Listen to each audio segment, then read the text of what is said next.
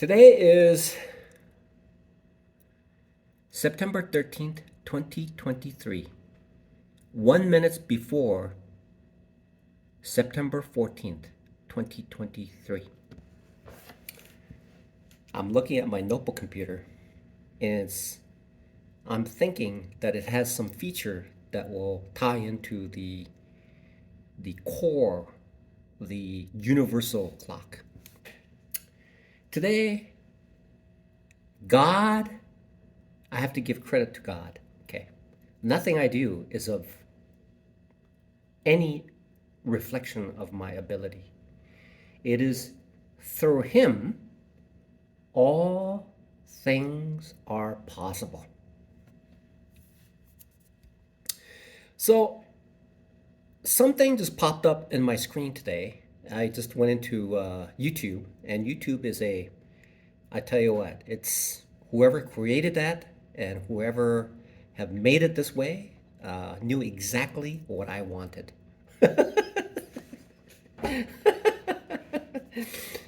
And I'm using it to great benefit to myself. I truly believe it. Today, right now, I am not a consistently profitable day trader, by no means whatsoever. Today's trading and yesterday's trading and Monday's trading was a clear example of my, I would say that my clear display of where I am as a day trader, which is I am the 95% of the people. Now, how do I move past that? So today I saw this Etienne Crete is a YouTube contributor, and he interviews these experts, and one of the experts that he interviewed said this. He said, "You may blow up your account the first time, second time, or third time. Okay, in my case, like numerous times." Just last year, I essentially, any sawtooth action that occurs in my P&L, in my portfolio, is essentially considered a blow up, because what I would do is I would inch up, inch up, inch up, inch up, and then blow it up and then bring it down. I would inch up, inch up, inch up, inch up, or contribute more and then blow up and then get right down. That's essentially, I've done that about 100 times last year, just last year.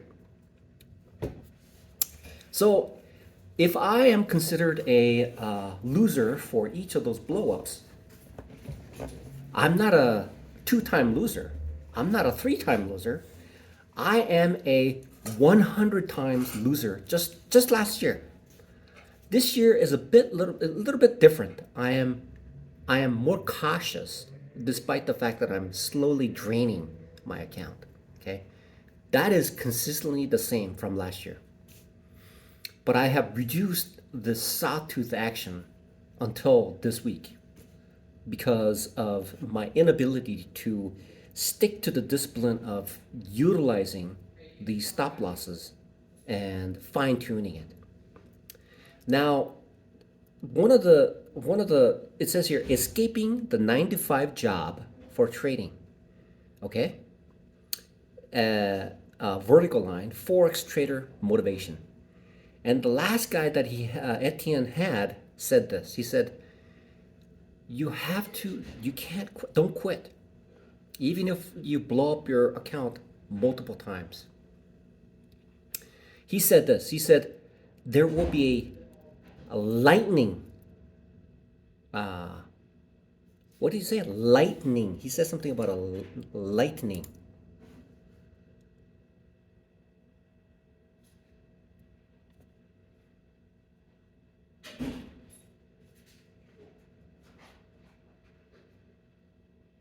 It's called a flash of lightning. It becomes obvious as long as you stay in the market. That's what he said. I believe it. I believe every word he says. So that means eventually I will get to that point, and when I get to that point, I will see it. At this point, it looks like flash of, what do you say? Flash of what?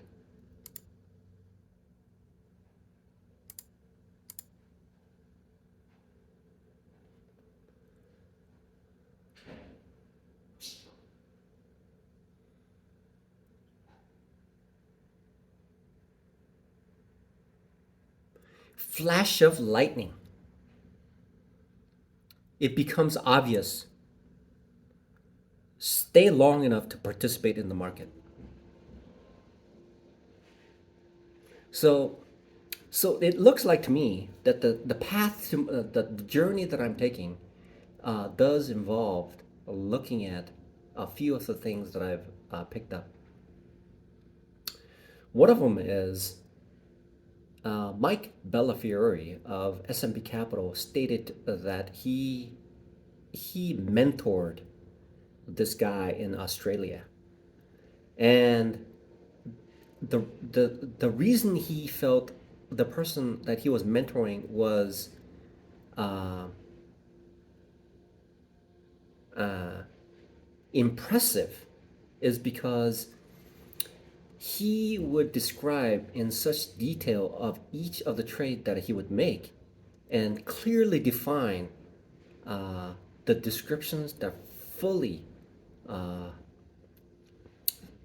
uh, fully describe the trade in precise detail with unwavering variance in his method, that he is impressed at the fact that he uses such details to make trades. And that's essentially where things are now. Now, for me, and they, another Etienne Crete, a professional interviewee, said something about um, he says something about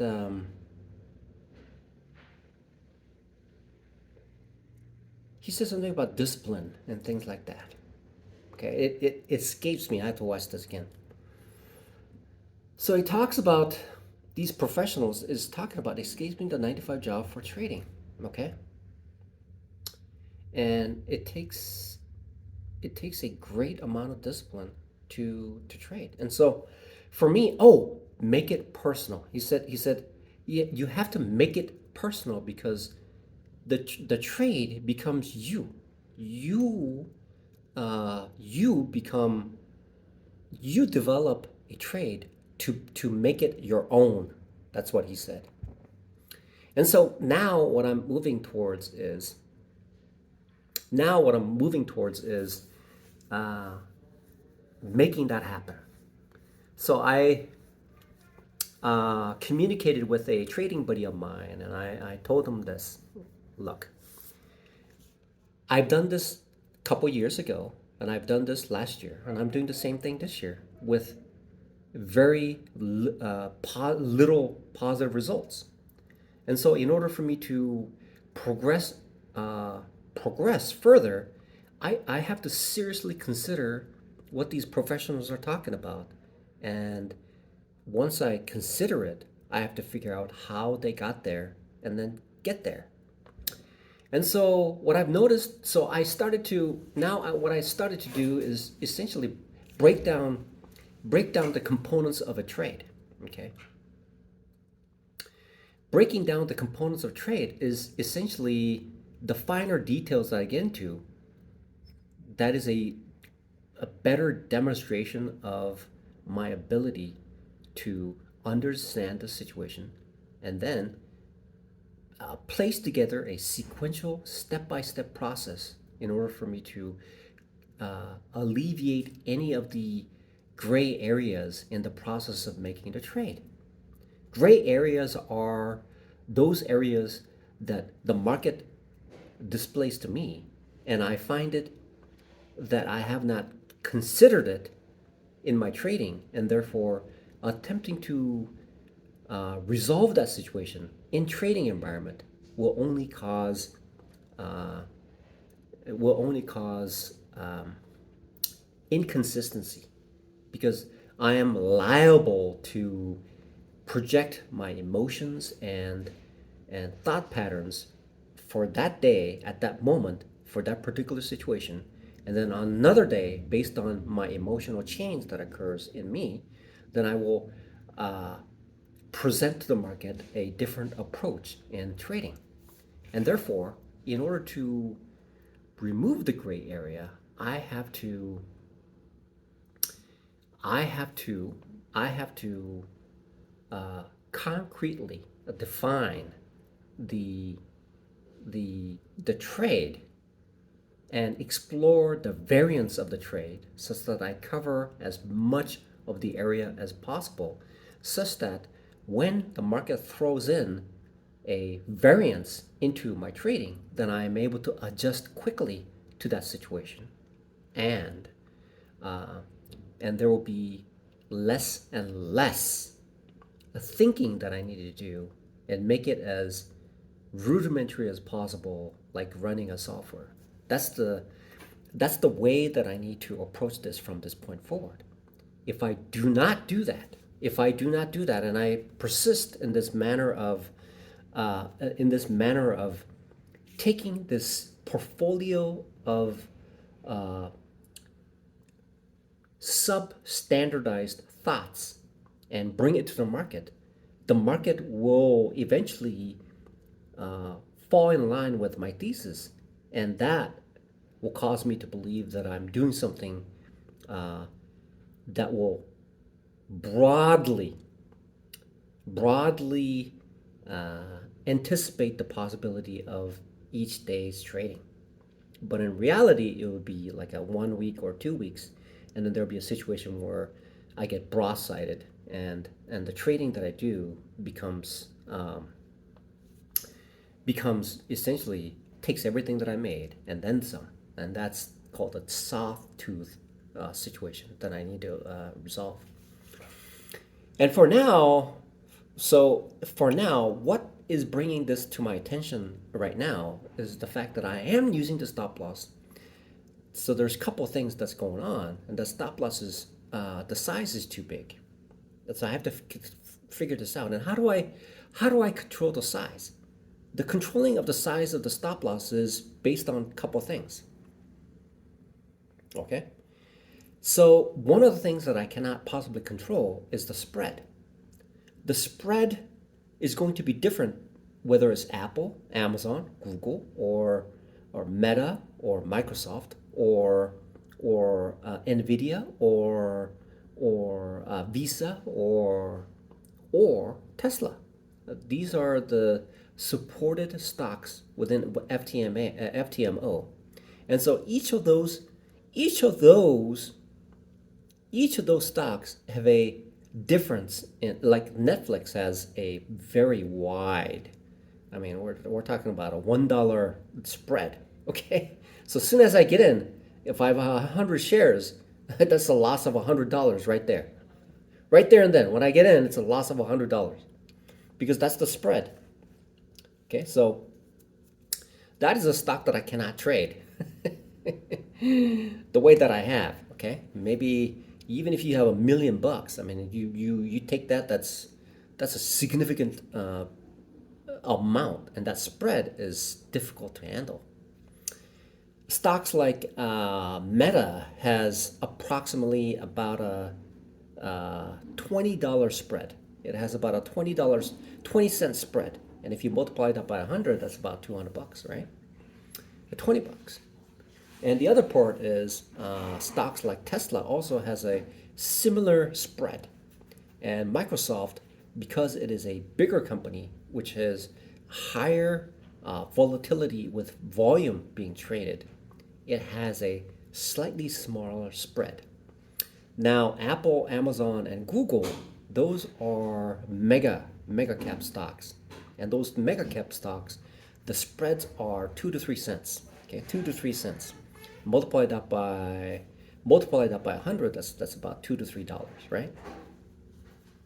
So that spread by itself is a favorable situation.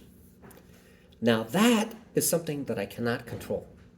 Okay, that is something that I cannot control. It is part of the market that presents itself to me. Okay, and through the brokerage firms, and so that part of it I cannot control. However, I am able to control the stop loss as well as the timing of the entry into the trade. So when I set up that particular situation and I create a library, an encyclopedia of the ideas that I have when I make the trades, okay, then when I look at a particular situation and I say to myself, is it this? Is it that? Is it this? Or is it this? Or is it this? Or is it this? Does it fall in line with any of the portfolios that I have exposure to? So this is something like, even though I am an electrical engineer, doing electrician work in power would be unfamiliar territory, because if I were to do certain works like that, there has to be an experience in that particular field in order to understand the variances that occurs in that particular discipline.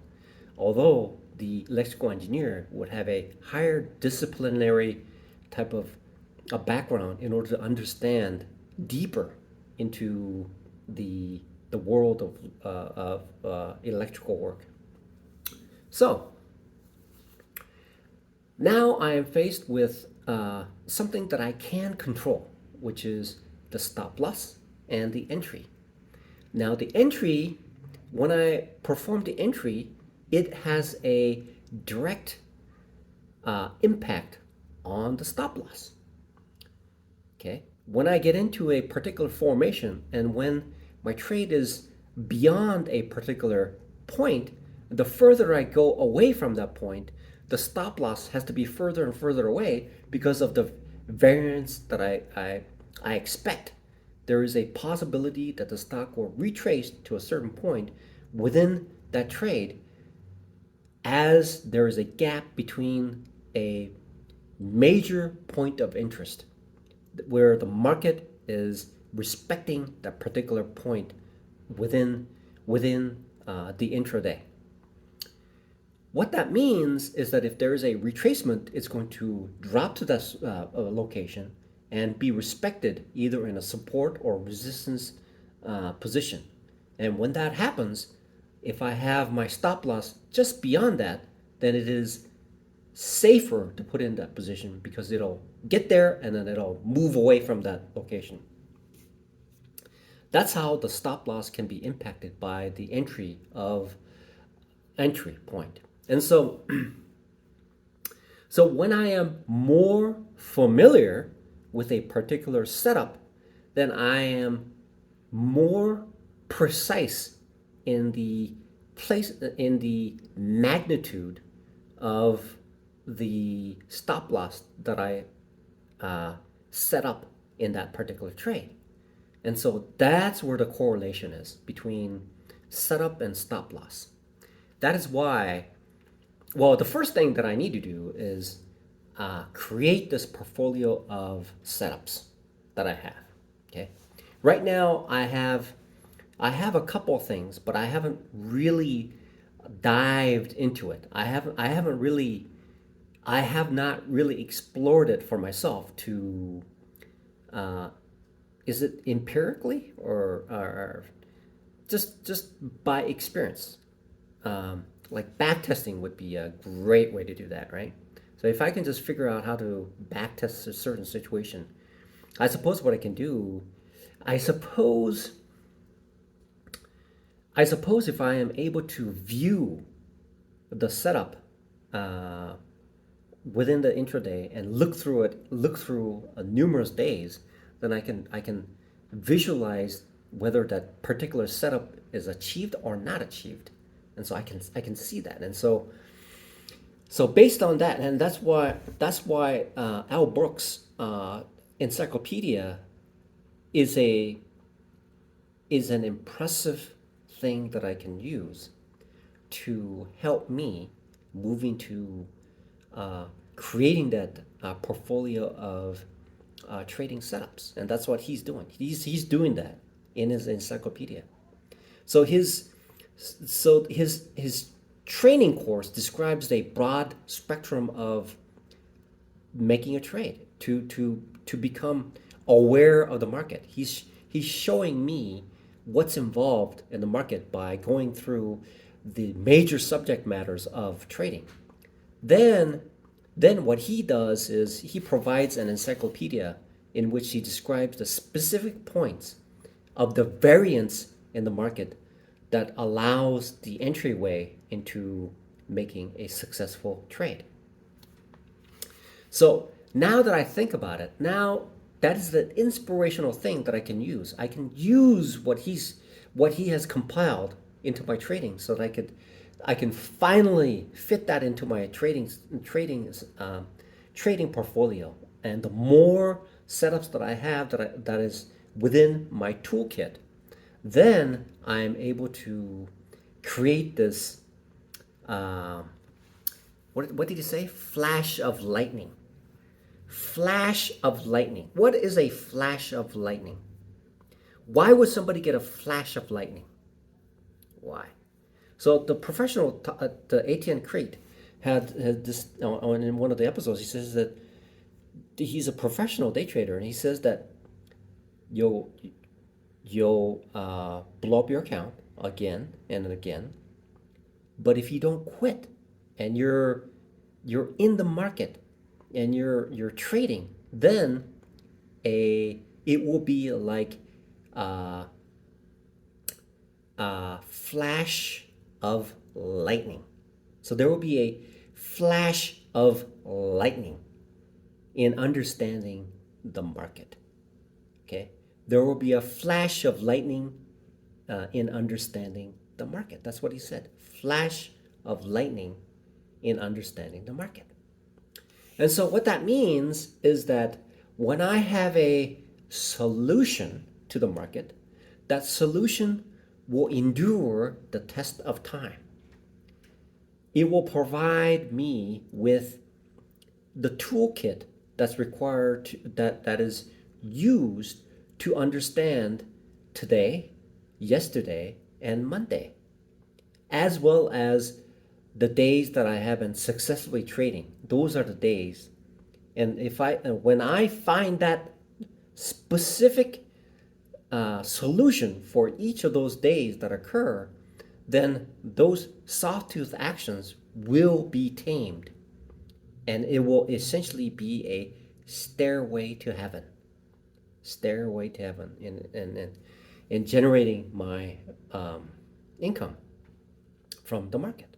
Essentially, that's what it is. But the steps will get bigger because when my account gets increases, then I'm taking a bigger number and making a bigger number to it, so that each of the steps will be bigger. It will be like a logarithmically increasing in gains as long as I'm consistent and the method is proven day to day. Okay, getting to that point obviously has brought me to this point, and I've already invested almost 2 to 3 years into this journey of trying to become a consistently profitable day trader and falling into the pitfalls of gambling scenarios where emotions are stoked and that the enjoyment is based on that primary factor of uh,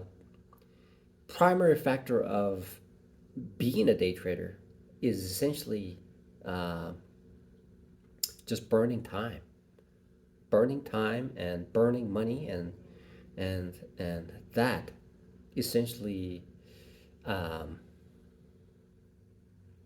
would be like a hamster running in a endless loop.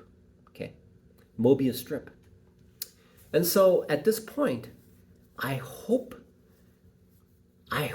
I receive this flash of lightning. The flash of lightning in my uh, consciousness of day trading. Not when it's raining and I'm standing outside with an umbrella, not that kind of a flash of lightning, but a flash of lightning that tells me that's it. So if I have a flash of lightning, what does that mean? If I have a flash of lightning, what does that mean? What does that mean? What does that mean? Flash of lightning in day trading. What does that mean? What does it mean to have a flash of lightning? Okay, I want to know. I want to know what he's talking about. Flash of lightning. What does that mean? Okay, what does that mean? Flash of lightning. Okay, so let me see if I can extrapolate what he's talking about. Why would somebody have a flash of lightning? Why? Oh, in day trading. Why would somebody okay, so let's figure out what that means. What does that mean? What does it mean to have a flash of lightning in day trading? What does that mean? What would cause that to occur? Okay? What would essentially cause me to have a flash of lightning? What? So here's where the flash of lightning possibly comes from, right? The only scenario is this. Let's say that I have a setup, and that setup works to a certain degree of known probability that when I use it on a routine basis within a time frame of 1 month, at the end of that 1 month, which is repeatable the next month, the next month, the next month, the next month, and within that 1 month, the net positive is consistent. If I have that particular situation wrapped up and clearly defined and manuscripted it to a detail in which I am able to cover the time periods of 1 year period, okay, if 1 year period, that means that I have created a consistency in day trading. Now, when I do that, I would consider that as a flash of lightning, right? Why would there be any other reason in day trading that would cause a flash of lightning? Why? What factors would create a flash of lightning? There's essentially nothing else. So it is essentially like in chess, from beginning to a point of checkmating the individual, there is a line that goes. And when I set up that line with sequence of events at a precise moment within a line between the beginning to the end where the checkmate occurs, is essentially a line. And that line becomes essentially a flash of lightning.